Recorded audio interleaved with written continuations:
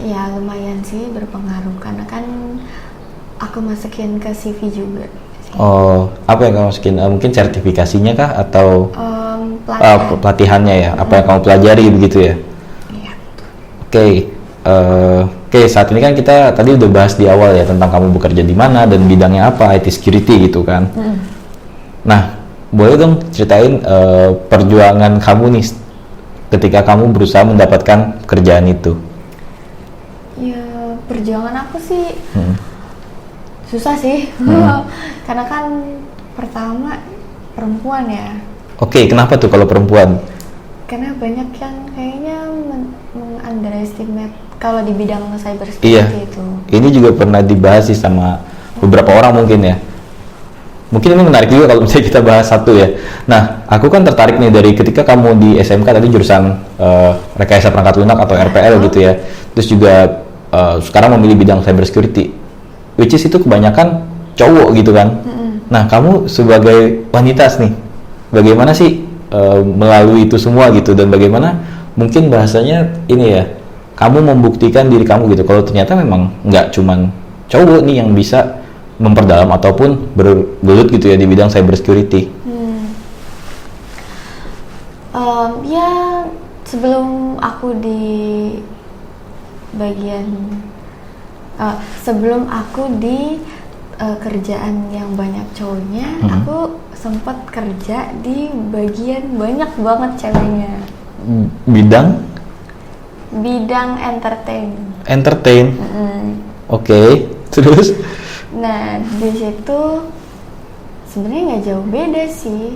Kayak kalau misalnya cewek sebenarnya lebih ke menyesuaikan aja. Menyesuaikan kalau misalnya lagi di yang waktu dulu kayak gimana sama yang sekarang kayak gimana. Tapi kalau yang sekarang itu kan karena pekerjaan kan lebih mayoritas kan cowok kan.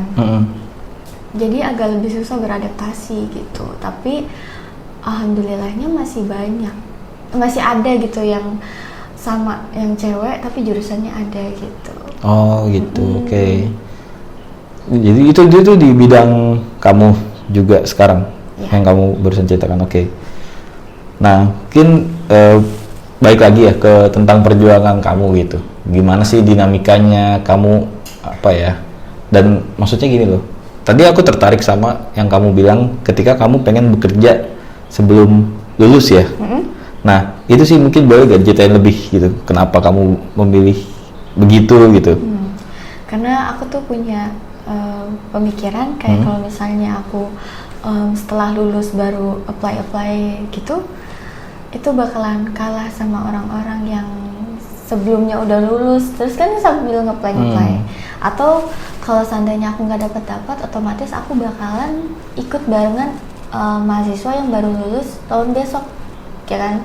Otomatis aku juga kemungkinan dapat pekerjaan tuh kecil ya kan. Jadi aku putusin aku harus dapat kerjaan sebelum aku lulus gitu. Ini keren sih prinsipnya. Ya maksudnya cukup beda ya dari yang lain. Menyelamatkan diri. Nah tapi kan kalau kita tahu sendiri ya, mungkin bahas lagi ke berkaitan sama bidang kamu atau divisi kamu sekarang, IT security gitu ya.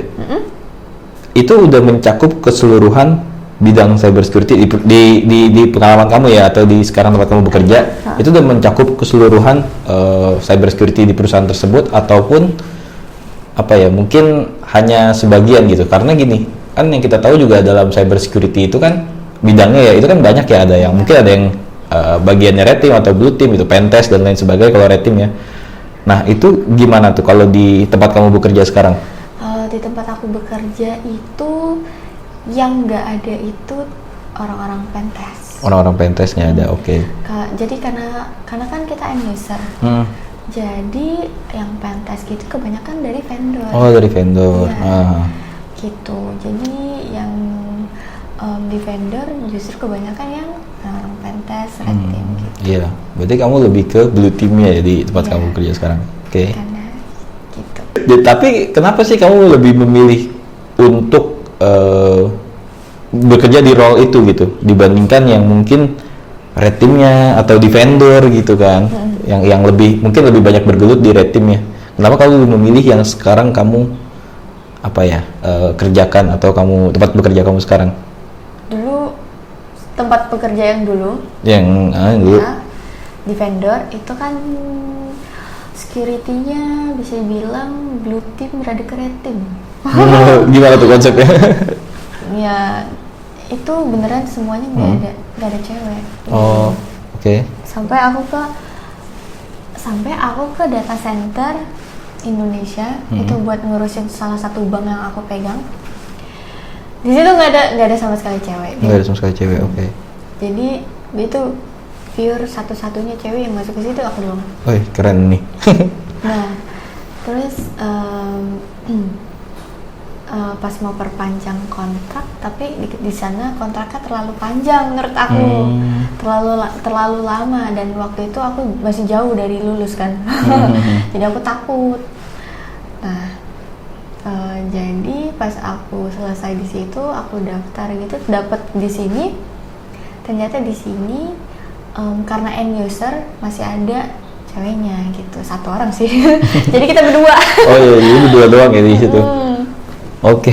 Bagian dari training for security, materinya tuh yang mana yang kira-kira kamu tuh merasa, wih ini ternyata kepake banget nih di tempat kamu bekerja sekarang gitu. Mungkin tadi kan kamu udah jelasin secara garis besar ya, mungkin sekarang bisa lebih mendetail atau gimana gitu. Kalau materi dari Ready for Security itu tentang SASTI Dasti itu.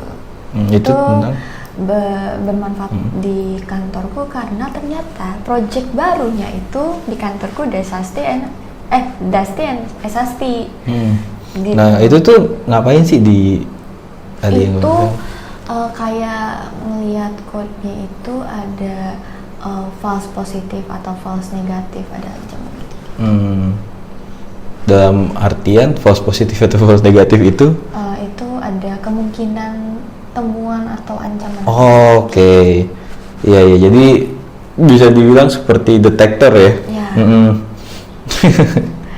Iya. Dan karena itu project baru, belum ada yang megang, saya orang baru di situ. Kemungkinan itu. Jadi kamu yang ngerjain project itu gitu atau gimana? Atau part of the team lah gitu. Dengar. Oh. Jadi, berarti will do ya. Antisipasi dulu kan ya. Okay. Mengulang lagi materi digital. Iya. Bisa ditonton lagi. Iya. Untung ada videonya. Oke. Nah, mungkin kan tadi kamu udah ceritain banyak nih dari struggle kamu, dari perjalanan kamu ngulik cyber security, ikut training Ready for Security, dan mungkin juga kuliah di bidang yang ya mungkin nggak secara eksplisit cyber security ya, tapi lebih ke samalah IT gitu kan. Nah, sekarang akhirnya kamu udah ada di posisi dapat pekerjaan nih gitu kan. Kamu udah kerja dan lain sebagainya di bidang yang mungkin sejalan dengan training kamu gitu. Nah, kamu boleh nggak sharing tips nih ke teman-teman yang mungkin lagi struggle dan juga sedang mencoba mencari impiannya gitu untuk bekerja di bidang cyber security. Iya, jadi mungkin yang pertama kalian tuh bisa cari informasi, cari ilmu yang relate sama perusahaan saat ini ya. Kebutuhan perusahaan gitu ya. Oh iya. Perusahaan saat ini gitu. Karena kebanyakan memang di kampus itu agak jarang yang ngajarin yang relate sama di tempat pekerjaan gitu. Oke. Gitu. Iya, memang sebenarnya kalau mungkin kita bisa bercerita ya, itu memang ada perbedaan sih memang dalam dunia teoritis dan juga dunia implementasi gitu kan. Ya mungkin jadi teman-teman maksudnya Kak Febrina gitu di sini ya, itu teman-teman jangan cuma berpatokan sama satu sumber ilmu aja gitu, tapi teman-teman juga mencari di luar di informasi. Sekarang kan udah keterbukaan informasi nih ya. Dan sekarang kan banyak course yang menyediain gratis ya, nggak berbayar, ikutin aja itu nggak apa-apa. Lagi pula kan selama kalian nggak bayar nih, ya kan, terus kalian dapat ilmu, apa salahnya diikut kan? Kecuali kalau misalnya kalian bayar, terus ilmu yang kalian dapat dikit, nah itu baru kan kayak kalian ngerasa kayak ya sayang banget. Iya betul. Bayar tapi ilmunya dikit nih. Kalau seandainya kalian ikut yang gratis misalnya, terus misalnya ternyata di course itu kalian dapat ilmunya dikit nih, ya udah nggak apa-apa kan kalian nggak bayar. Tapi setidaknya kan apa yang kalian dapat di course itu yang bakalan kalian searching lagi di Google kan. Setidaknya kalian bakalan tahu nih, oh ada ternyata di sini ada ini yang belum kalian tahu, mungkin kalian bisa jadi tahu, cuman mungkin di course-nya itu nggak ngajarin secara detail. Kalian bisa cari lagi di Google secara detailnya gitu. Iya sih, benar-benar. Jadi ya jangan berpacu sama satu sumber aja ya, dan terpaku sama satu sumber. Teman-teman bisa nyari di sumber-sumber lain, misalnya ikut training gratis. Ya sebenarnya kalau misalnya berbayar tapi worth it ya nggak apa-apa juga nggak sih gitu kan. Ya dia segimana teman-teman mampu secara mungkin waktu teman-teman dan juga kemampuan teman-teman gitu. Tuh, jadi kan misalnya kalian nggak mampu buat bayar course gitu, ya udah cari yang gratis banyak gitu. Iya benar sih.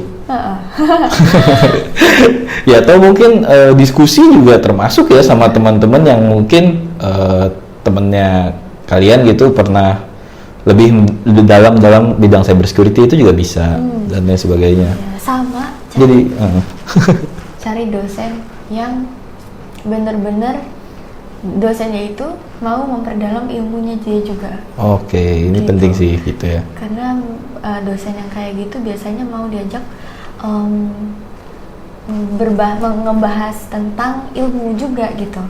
Jadi kayak mau bertukar ilmu, mereka mau menyerap ilmu dan mereka juga mau memberikan ilmu gitu. Jadi ya saling tukar pandangan ya, diskusi lah ya. Mau berdiskusi kan gitu. Ada lagi tips lainnya atau misalnya closing statement dari Febrina? Buat teman-teman ya kan, yang mau belajar di security gitu kan, yang perdalam security ya nggak apa-apa, perdalamin aja dulu sebisa kalian. Terus abis kalau misalnya kalian nggak pede itu yang kalian pelajari itu udah maksimal atau belum, kalian coba apply. Nggak apa-apa misalnya intern atau magang gitu, nggak apa-apa, cobain aja dulu kan. Ilmu di kampus sama di perusahaan yang sekarang lagi dibutuhin kan kemungkinan ada perbedaan.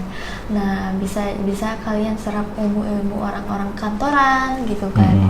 Karena mereka juga lebih banyak pengalamannya, bisa kalian serap di situ gitu sih. Oke, thank you Febrina buat ngobrol-ngobrol kita hari ini. Semoga kisahnya Febrina dapat menjadi motivasi buat teman-teman gitu. Mungkin sekian dari kita ya Febrina, supaya semoga teman-teman juga dapat mengambil hikmahnya dan ilmunya gitu dari apa yang kita sampaikan barusan. Sekian dari kita berdua, sampai berjumpa lagi di podcast selanjutnya di Women and Cyber Security. Dadah.